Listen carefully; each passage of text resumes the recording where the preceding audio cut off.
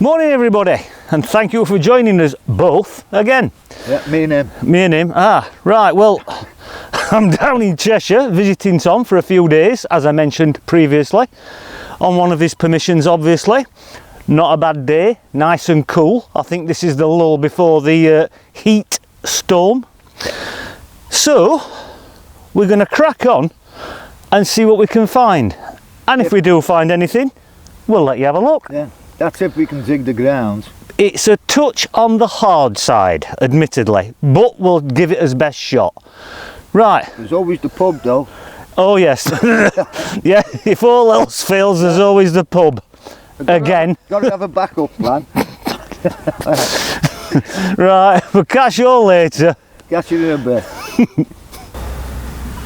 Now then, well, this is a pleasant find. I've literally only walked from the hedgerow just there. You might just be able to see my bag and my little stool in the distance. And this is where I got my first signal. It was only about 4 inches deep, and it's pretty much on the surface, and I thought to myself, watch, it's going to be a load of rubbish this. But Tom's just told me it's not that long ago that the farmer turned this field over, so that's good. Turns out that we've got a little bit of silver. I wasn't sure at first, but when I turned it over I can see Queen Victoria's bust facing left. It's a veiled head, so it's quite a late Victoria, but what a pleasant surprise. I'll let you have a look at that. I've only been at it about 10 minutes and there it is. As I said, you can quite plainly see Victoria's head on it just there. I don't know whether there's much on the other side. The other side looks pretty worn, although I don't know, it might clean up. And there it is. What a cracking first find. Right, see if there's any more. I should be so lucky.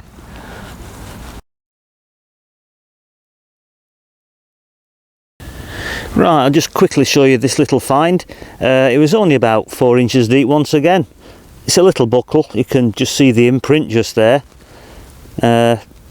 Nothing too old I don't think, but it's still a nice little find. So we'll pop that away and we'll see what else we can dig up.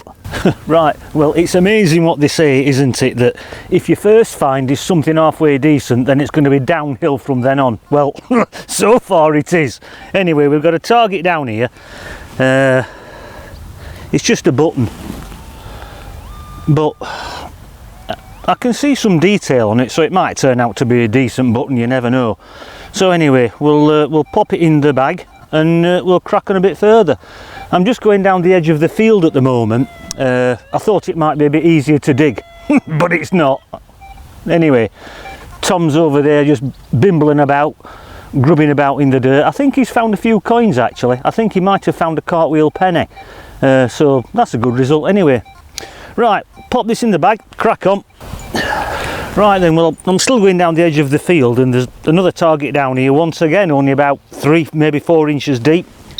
I thought it was a musket ball at first, but it's not. It's very rough, very large, very knobbly, so I'm almost certain it's actually canister shot. Now if you don't know what canister shot is, what they would have done, they would have put lots and lots and lots of these, maybe 100 or so, usually inside a cloth bag, and they would have rammed that down the muzzle of the cannon and then fired it towards the infantrymen or horses, that kind of thing, causing mass destruction. Which when you think about it is a little bit poignant, because if one person murders another, it's considered to be quite a heinous crime. Whereas if you do it to the sound of bugles and the waving of banners, it's quite acceptable, isn't it? Or so they thought. But there you go. Anyway, I'll let you have a look at that. And that's what it is, my friends. Canister shot. Right, we'll pop that in the bag and see if we can find anything else down the edge of the field.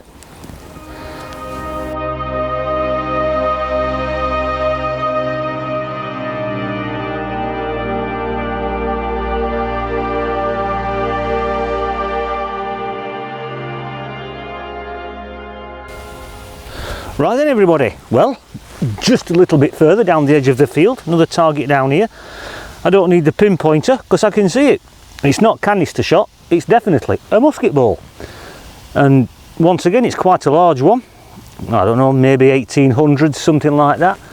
Maybe there was something going on in this field or around this area in general. Musket balls, canister shot, you never know. I mean, I have heard Tom mention that the field that's over there, they call it the battlefield. Now whether that's an ancient battlefield or maybe some point in time when they were actually using canister shot or musket balls, I don't really know. I'll have to ask Tom. But it's just a possibility. Anyway, it's another nice little find. We'll pop it in the bag or maybe the boxy thing. I haven't quite decided yet. And I'll tell you something else, it's starting to turn extremely hot. So I don't know how much longer will actually last. Anyway, let's crack on. Right, about another 10 or 12 metres from where I found the last target. And guess what? Another musket ball. Well, there you go. I mean, everything's pointing towards some sort of musket ball activity in this field. You never know. Oh well, another one for the boxy thing or the bag. Right, best foot forward. Right then, well, it's not a musket ball and it's not canister shot. It's another little buckle. Once again, it's pretty much exactly the same as the other one that I found. Just a little D buckle. This one's got the remains of the pin attached to it. Not very old, maybe 1800s, something like that. But it's another nice little find.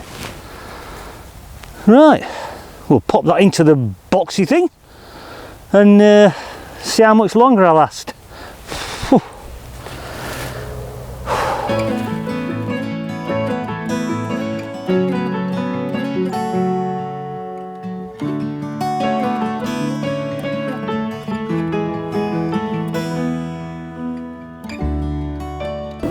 Right then, we've got another find down here. Once again, only about 4, maybe 5 inches deep. Just for a change, I haven't got the faintest idea what it is. The only reason that I'm showing it you is because it's relatively interesting. But as I say, I don't know what it is. Anyway, I'll let you have a look. Well, here's the bizarre little doohickey in question. As I said, I haven't got the faintest idea what it is. It's just relatively interesting. I don't know how old it is. I haven't got the faintest idea. Anyway, I'll show it to Tom when we sit down and have a sandwich, see if he can shed any light on it. Right, we'll pop it away and crack on. Right then, my good friends, that's Tom and me done. We're throwing the towel in because it's just far too hot. Extreme weather warning and all that business. And it is getting seriously hot, isn't it, Tom? Oh, it's too much, and there's no shade. It's so. Absolutely mental out here. Anyway, we're going to head off to pub now for a few libations to replace all the fluid that we've lost. and a couple of pints as well. And a couple of pints as well. So, thank you very much for joining us both today. It's been an absolute pleasure. You'll see everything that Tom's dug up in his video, and I'll put some photographs in my video, which will be earlier on in the video, obviously, of the Victorian shilling, the buckle and Sixpence. Sixpence, I tell a lie, we're a sixpence, and whatever else I've found, which I can't quite remember, but it's not a lot. Anyway, catch you all later, everybody, and we'll probably see you in the pub, actually. Yeah, definitely. Because it's your round. Yeah, that's your round, yeah. We'll see you in the pub. Take care. Right, well, as you can see, we have now retired to the public house for some beer.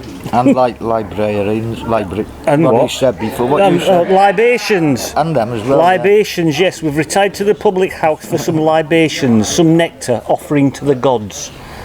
And I think we'll be stopping here for quite a while, don't you? Yeah. Yes, definitely. Right then, my friends, we'll catch you on the next video that Tom makes, and we'll catch you on this video that I think you're about to watch now. I think so anyway. Well, if they don't, they don't. Well, no, if they don't, they don't. Now, right. Catch you all later, everybody. Take care. Bye-bye. Ta-ra for now.